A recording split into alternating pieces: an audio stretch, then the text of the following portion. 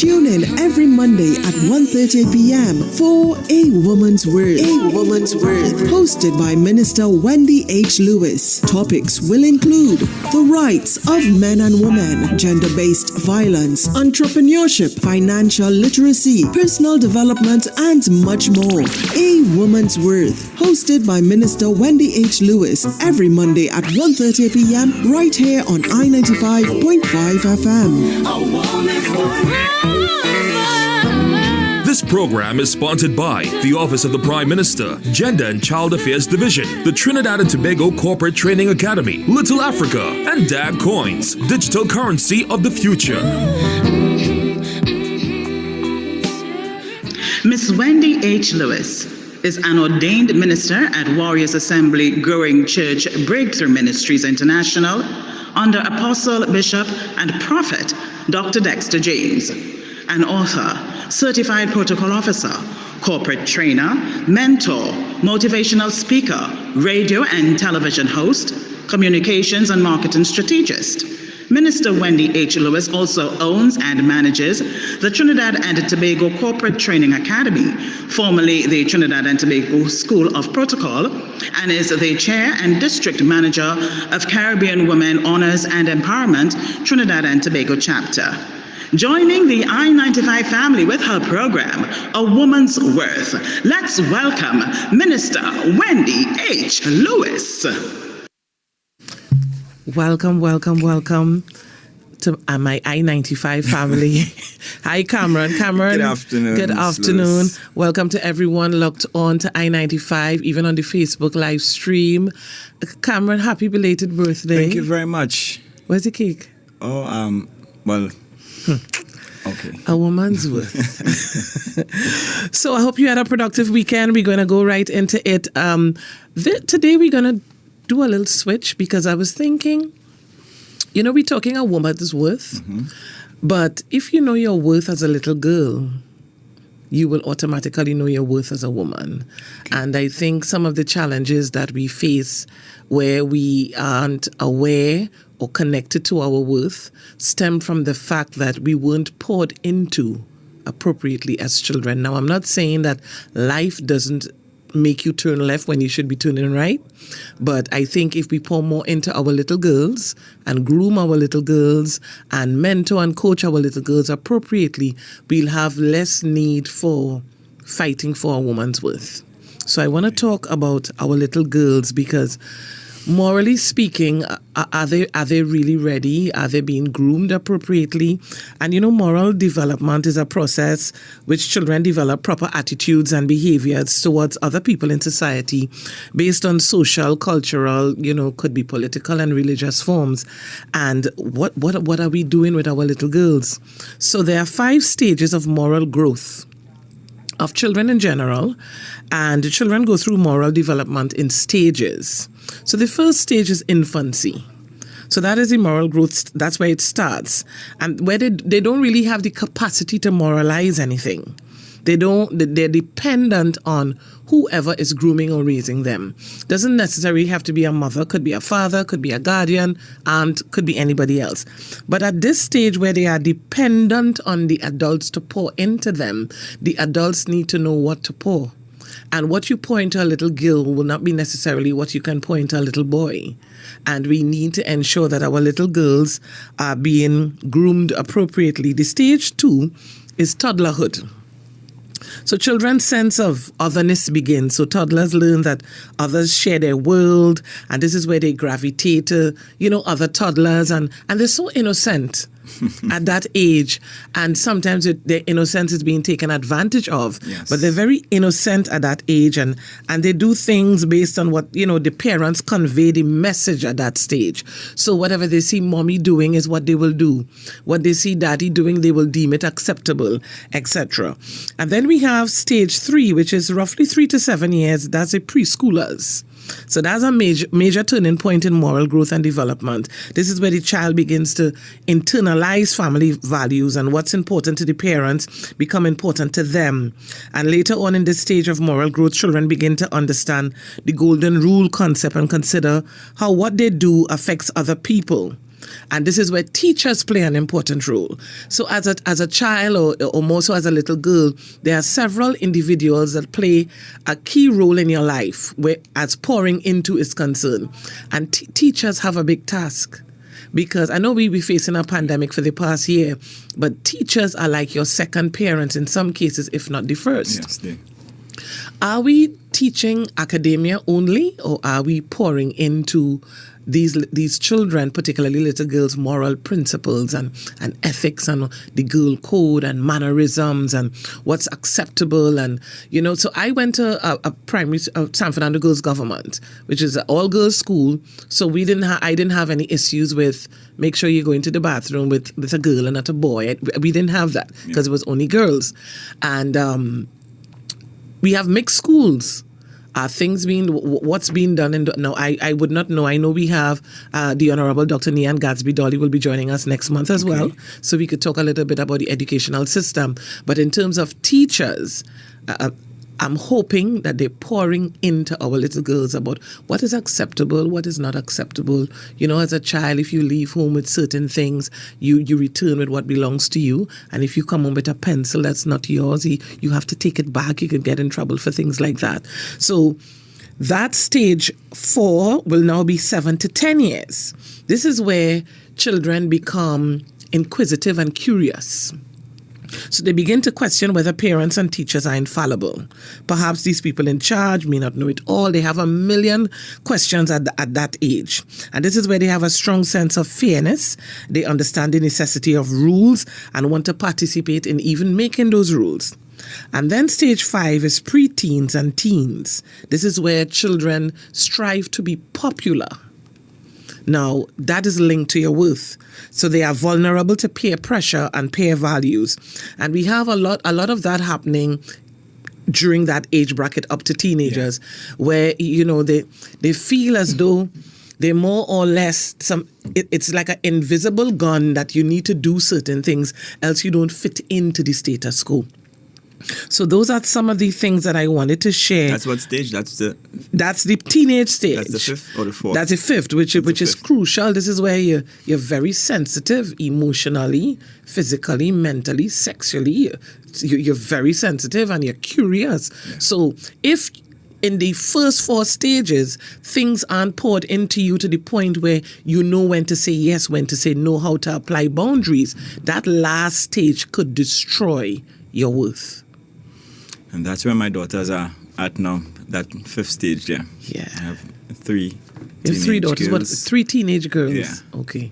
Yeah. Yeah, that's a crucial, that's for them where they believe, because, we say at 16 you could do certain things. Actually 2, one is in her 20s already. Yeah. Oh, you forgot your daughter age, Cameron? No, I did not, but okay then. I was just checking my, actually 2 teenagers. Well, I have 3 teenagers. One is a boy. Okay, right, and the good. eldest, she's in her 20s. Yeah. Gotcha. Yeah. So, this is where I would say that little girls or teenagers are in the valley of decision. Yeah. And the type of relationship that we have with these girls will determine how well they communicate in stage 5. Because if in the first 4 stages you don't have open communication where we could sit and have a conversation, who would you confide in stage 5?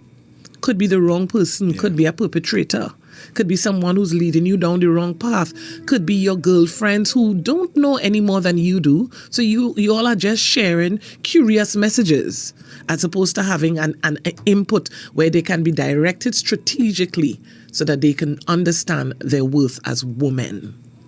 So those were the 5 stages, and I don't ever like to highlight a problem without a solution. Yeah. So I have some ways that we could inculcate these moral values in our children, particularly our girls. We're not forgetting the boys. We talk about boys separately. Yeah. First thing to all the nurturers and carers, because I would not say mothers deliberately, because they are aunts, they are fathers, they are other individuals who act that role. So practice what you preach. If you're telling your child to do a particular thing a particular way, at least let them see you doing it a particular way. And it applies to things in the home. So, for example, you might tell the child, so like my mom would say to me as a child, do not go to bed with dirty dishes in the sink. Yeah. Now, to me, I've never... Yeah, and I got in trouble for that. Do not go to bed with it. And as an adult, it just feels strange to do it because that is something that has been embedded in me as a child. So obviously, like my mom and my aunts and everybody who may have been around, that was something that they practice. As soon as something, you cook, they wash while they cook. Mommy taught us to do that. Wash while you cook so that when you finish cooking, it's not a whole hot mess. So practice what you preach, even in terms of when you get up in the morning, you say your prayers, you make your bed, and make the bed correct. Correct. You have to fix those corners. If you have to share with a sibling to fold the sheet, all those things are important so that it also builds your self-esteem. Narrate personal experiences. So you share, that's when they do, like storytelling. You read a story to your children, and that too, you need to be careful what stories you read into your children because now we have audio and video, etc. Be careful, people, what you're sharing with your children in the name of, well, he or she's a child. Because some of these programs, some of these television programs, some of these games are demonic. We've seen stuff on social media, and don't get caught up in the hype. Not because everybody is doing it makes it right. Yeah? So we're going to take a break and we'll be right back. Did you know that children who see, hear, or experience the effects of violence in the home are also victims themselves? Did you know that children who witness domestic violence or are victims of abuse are at serious risk of long-term physical and mental health problems? Did you know that children who witness violence between their parents have a greater risk of being violent in their future relationships or getting into relationships where they themselves become victims? As a parent, it can be difficult to protect your children in the face of an abusive partner. Remember, help is available. Call the National Domestic Violence Hotline at 800-SAVE, that's 800-7283, to find out how you can protect yourself and your family. This message brought to you by the Office of the Prime Minister, Gender and Child Affairs.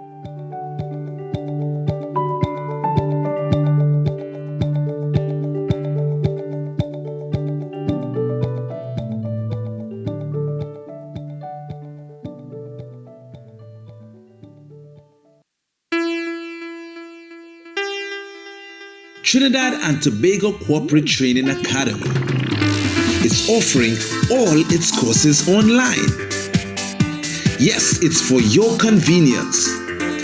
Courses include customer services, corporate protocol and etiquette, communications and emotional intelligence, Christian counseling workshop, leadership and governance, entrepreneurship,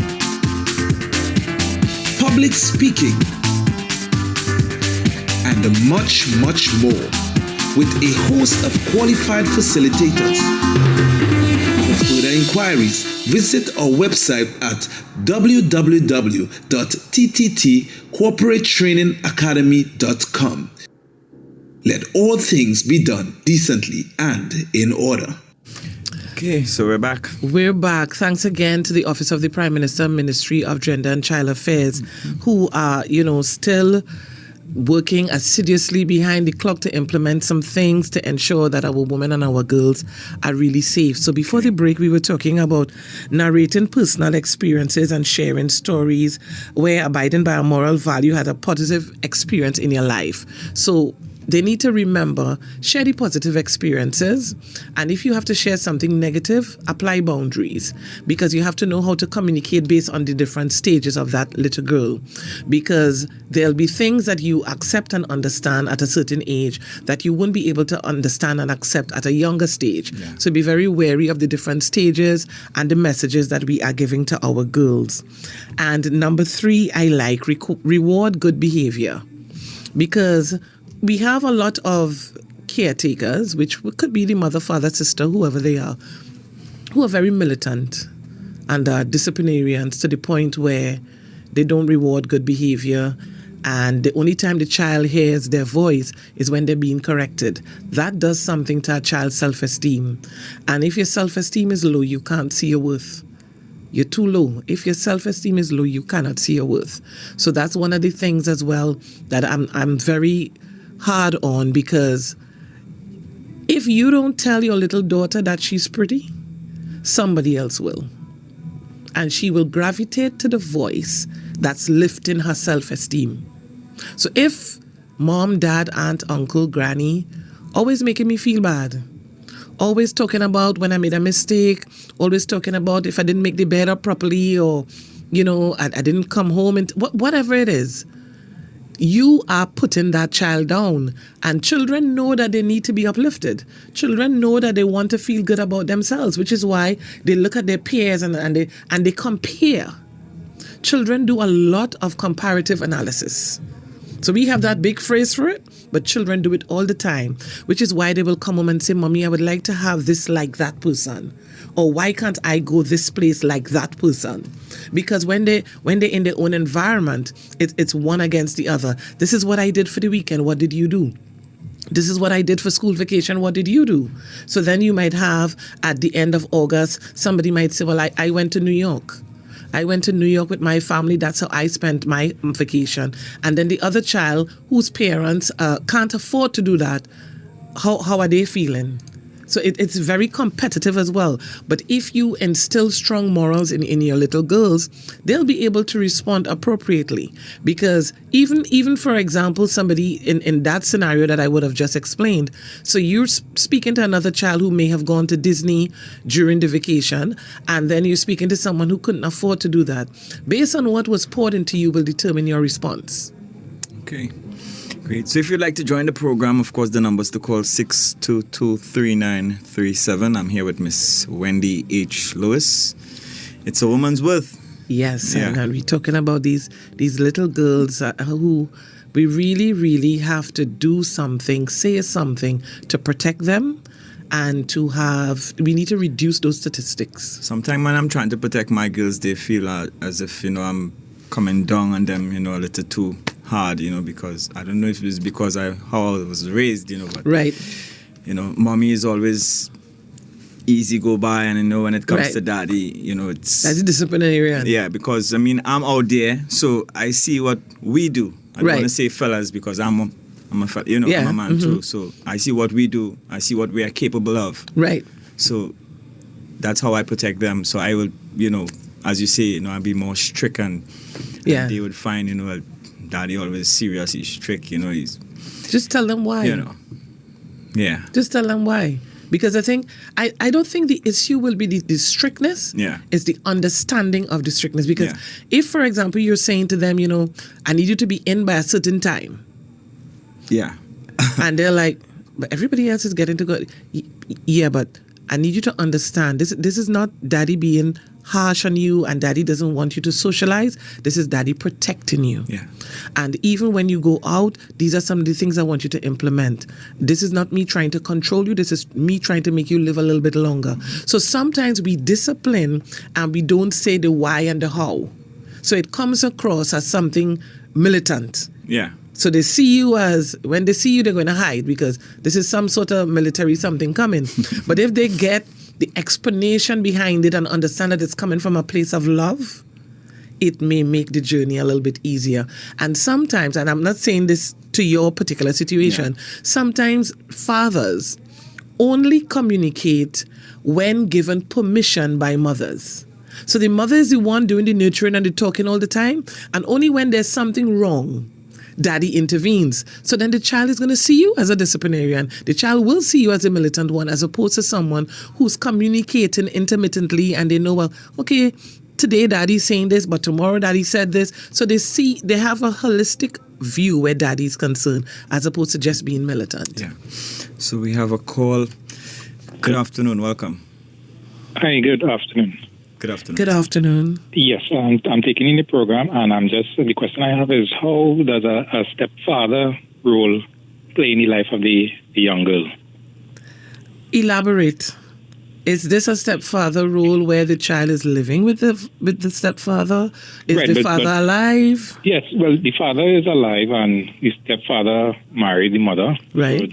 So the young girl is with the mother. Mm-hmm. So she gets her visits with her dad and stuff like that as normal. But how does he have this interaction with this young girl in guidance? Because her dad is there. Mm-hmm. And the mom is there, so you're going to say, well, he has any sole responsibility, if that is the right term. No, you do, because one of the things I always say, you can't love the hen and not love the chicken. So the child is a child that you would love because you're married to the mom. And in terms of communication, in this scenario, there'll be boundaries. There'll be things that the father would be allowed to do based on arrangement and agreement, could be with the courts, could be with the mother. So you and the mother of the child now have to have the conversation. I am the stepfather, and I would like to have an active role in your child's life as the male figure in the home, but I don't want to overstep my boundaries or take away from her father's role. So it's a conversation that needs to take place, and the mother will then need to ascertain which area of the child's life the father is going to focus on, because that's where the visitations are happening, and the child is living with both yourselves. Which area of the child's life that input will take place under guidance, but the mother has a key role to play in that form of decision making. Okay. Thank you for calling. Thanks. Wow, that's and it's a tough cookie. It's real tough. Stepfathers, even stepmothers, is a tough cookie. Because some of the stepchildren, they say, well, you're not my parent, so you can't tell me what to do. And that's because of those first 4 stages. Yeah. You have to teach your child to respect elders, respect your elders. We learn that in school. Yeah. Discipline, tolerance, but we know our watchwords. We learn those things in school, but we shouldn't be saying it flippantly, and it not, you're not seeing evidence of it in the home. So if you brought up as I remember those things crystal clear. You respect, even sometimes your mother might have a little argument with an aunt, and you as a child you're taking sides because it's your mother, and mommy will say, you make sure and tell your aunt good morning. Yeah. You don't get involved in big people business. So go to the back when you can't. We could. It wasn't even a thought process to even sit. Yeah, as soon as you hear good morning, and an adult come and disappear to your bedroom because and don't even think about coming to interrupt. No. Because it's not important. It's not important. You just want to see who's there. No, you'll get the look. You'll get, oh my. That look doesn't go away. That look was a lethal look. Good afternoon, welcome. Hello, good afternoon. Good afternoon, ladies and gentlemen. Good afternoon, sir. Welcome. Ladies. One of the first dangerous things a parent could tell a child. Let me tell you something. And you're friend, you see that? You are your child's first friend. That is the first thing parents must understand. You are your child's first friend. Yes. From the moment you tell your child, I am your friend, what are you telling that child? So therefore, that child starts to psychologically distance from you. You're in emotion, psychologically, emotionally, physically, even mentally. You are your child's first friend. On the contrary, you are your child's trusted friend. Your child must be able to come to you and confide in you in every way. But when I say friend, that friend is not your play friend in school, That's where the difference comes in. I think it's not what they say, it's how they say it. The friend come in there because you are trusted. I could be confidential with me. You could come to me. On the contrary, reach out for you. On the contrary, I will defend you. Yes. Right? I will accept you. But of course, I will discipline you. Yes. Right? And discipline comes in different ways. Correct. Long time when I do something, just let me wash up wares and do this and then I play. They go by the beach. I look at the beer and clothes. They say, hello, you wear still to wash, you will stay home. That was a big blow. Wow. That was a form of discipline until I learned, you see, to wash up the wares. You see that? I want to go anywhere next time. And differences come in different disciplines, right? But some parents naturally have a very wrong influence in buying a child from eating something as a form of discipline. That is wrong.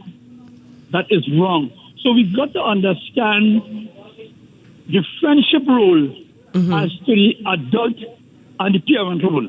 Agreed. Right? And let's say again, I tell you to do something.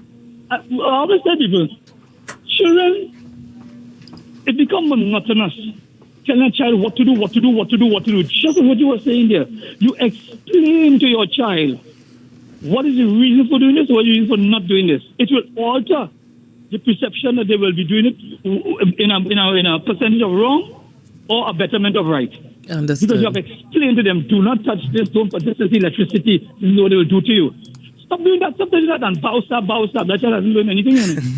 That child hasn't learned a thing. That child will still be curious as to go and put that inside when you leave. Yeah. Yes. Right? But what I wanted the point to get over was, the first friend your child have is you. But you just have to understand the difference in the friendship of the friendship. Yes, the level of friendship. Thank you so much for your contribution. Okay. Interesting. You know what's interesting? Only men are calling. You know, I didn't really notice. Yeah.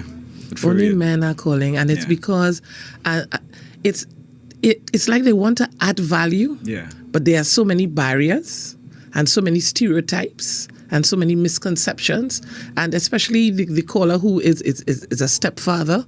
Sometimes you could feel helpless, because you don't want to overstep the boundaries. Yeah. You don't want to lose your child, because I don't like that term step anyway, but you don't want to lose your child because, as I said, you can't love the hen and not love the chicken. Yeah. So when you marry someone who has children, you that's your new family. Unless you make your own and you add, it's going to be a joint family. Mm-hmm. So these are some of the things we really need to pay attention to, we really need to look at. So I was saying, narrate personal experiences, reward good behavior. And the last caller touched on number 4, which is communicate effectively. Sometimes they don't communicate effectively. Barking is not communicating effectively. Shouting, screaming is not communicating effectively, because you're doing it from a place of instilling fear in your child. And if your child is afraid of you, your child would not be confiding in you. Okay. And sometimes you have issues or something may have happened inappropriately and you go to the wrong person. You go to the person who you think will respond to you in a gentle manner. A lot of times when stuff happens with little girls, and whether it's Children's Authority or whoever is counseling that child, and they ask the child, why didn't you speak to the adult? But no, because I was afraid. What were you afraid of? Well, mommy would get upset. Why do you think mommy would get upset? Because of how mommy responded to something previously. So communication is super key. Okay. Super key. We have 1 minute left. So good. So number 5 is monitor television and internet use, especially that internet use. So I think, you know what? You see this Charles Worth, we're going to continue this next week, Monday. Yeah. Because I really want to talk about social media and your child, and we will be able to open the lines a little bit more. Yeah. That's a huge topic. So we will definitely continue this topic next week. I know we have another ad because I have so we're going to take a short break and then we're going to wrap it up. No problem. Okay. Being a victim of abuse is often embarrassing. Fear of the abuser and stigma from others keep many victims from speaking their truth. As an observer, here are some signs of a victim. Sudden changes in appearance and behavior. They avoid contact with family and friends. They become fearful and quiet in the presence of their abuser. They obtain unexplained bruises or injuries. They are constantly checking their mobile phones. If you see any of these signs, don't be a passive bystander. Take action now. Call the National Domestic Violence Hotline at 800-SAVE. That's 800-7283. This message brought to you by the Office of the Prime Minister, Gender and Child Affairs.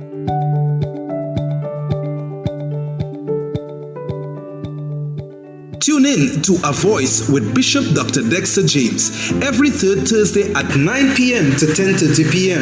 A Voice, a live Facebook program designed to address political issues where governance and representation is concerned. Find us on Facebook at A Voice with Bishop Dr. Dexter James. He is not an echo, he is a voice. Okay. Okay, I want to touch on the voice. Bishop Dr. Dexter James is not an echo, he's a voice. And he is a voice to the voiceless. You know, we have a lot of things that are taking place rather in society, whether socially, politically, spiritually, etc. And we really need a holistic voice that could represent people across the nation. And that is where Bishop Dr. Dexter James and his program, A Voice, comes in. And it's being aired every Thursday. You can find the Facebook page, A Voice with Bishop Dr. Dexter James, and he will be touching on some pertinent issues concerning Trinidad and Tobago. So I needed to plug that in for one of our sponsors. And in wrapping up, well, we kind of this is a comma this week. Yeah. Because we need to continue the conversation about our little girls, and if we have time, we will touch on our boys. But we really want to help parents nurture their children in the right manner. Okay, Ms. Lewis, it's been a pleasure once again. Until next Monday. Can't wait. Thank you so children much. And social media. Yes, children and social media next week. We're going to talk about that. So this is your birthday week now. I have a birthday month. Oh, okay. Yeah. So enjoy. Yeah. I pray you live to see many, many more, and God will continue to grant you the desires of your heart. Thank you. I want to say a special good afternoon to all my Warriors Assembly, Caribbean Women Honors and Empowerment, my mom who's logged on, everyone who's logged on the Facebook Live, Alison, Natalie, Annaline, Perfect Topic, thank you so much. Everyone, love you guys, and we will be sharing the recorded version shortly. So God bless you all. Good afternoon. Have a great one. A woman's word. Tune in every Monday at 1:30 p.m. for A Woman's Word. A Woman's Word. Hosted by Minister Wendy H. Lewis. Topics will include the rights of men and women, gender-based violence, entrepreneurship, financial literacy, personal development, and much more. A Woman's Word. Hosted by Minister Wendy H. Lewis every Monday at 1:30 p.m. right here on I-95.5 FM. A Woman's Word.